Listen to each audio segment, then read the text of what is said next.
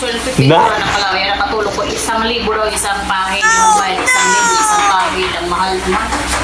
Yung nagtitipid ka nga, kaya hindi ka kumuha ng pintor. Pero yung katulong mo 1,000, isang pahid daw. O, ilang pahid na yan? 20. O, 1,000, isang pahid.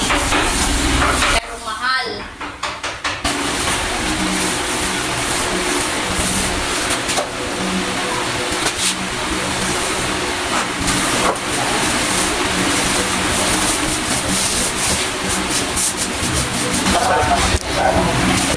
Ganito yung nagtitipid, di ba? Para hindi gumawa ng worker. Ano naman gagawin? Ikaw na gumawa. Praktikalan laban ngayon. Dami kasi mga butas. May nagpo-vlog din doon sa kamera. Vloggers ng mga tao dito ah. Ay, nako. Siyempre ba, kaya bumili ng pintura, tinanong ko muna yung kapatid ko na pintor. Sa butas. Hindi na yun sa kanya ng advice. Kasi wala akong alam sa pintura eh. Ang alam ko lang mag-kuskus, mag-brush, o ayan. Pero yung mga klase ng pintura sa kahoy, sa semento, hindi ko alam yun. Kung ngayon alam ko na. Hindi kaya ito ng malaking brush mga ibing. Wala ka bang maliit na brush? Wala na, yun na lang. Kinuha mo kapitbahay mo sa binili. Nalihin mo na muna ng rollers kasi nadaanan mo lang ng brush mo yan. O dito ka sa kabila. Ngayon, ano ko ito yun sa akin. Ha? Ano ko. Magulutong katulong ko eh.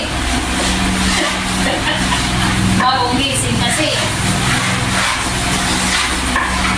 Yung mga dingding nito may mga butas-butas. So sabi ni Lover Boy, pag tinangyan daw yan ng pintura, makikita pa rin sa mga butas. Yung kala kung may mga tama ng bala, yung kung anong ginawa dito.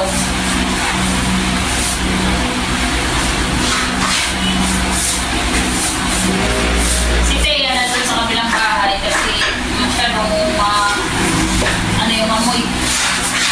Itong para sa playbook. Mabibig kayo na.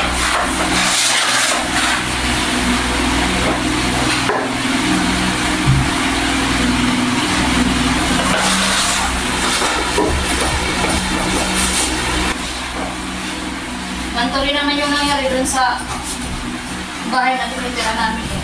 Kami lang dalawa ng pintura no. Pag wala akong pasok doon, punta doon ko ng pintura. Hanggang sa naging bahay. Kasi nung dumating kami doon, parang hindi siya bahay.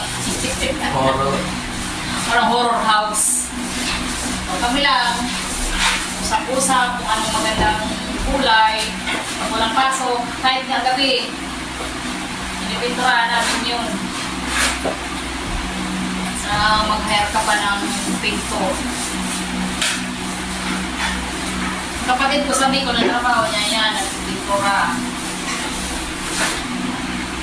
Eh, sasabi niya sa akin, nagtrabaho daw siya sa Davis eh. Baka David Salon.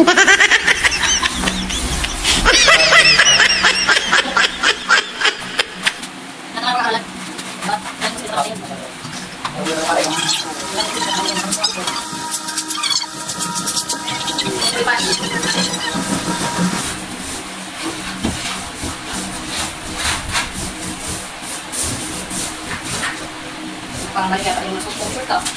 Okay, parang ito naman. Ito na yung mga sisingaran natin.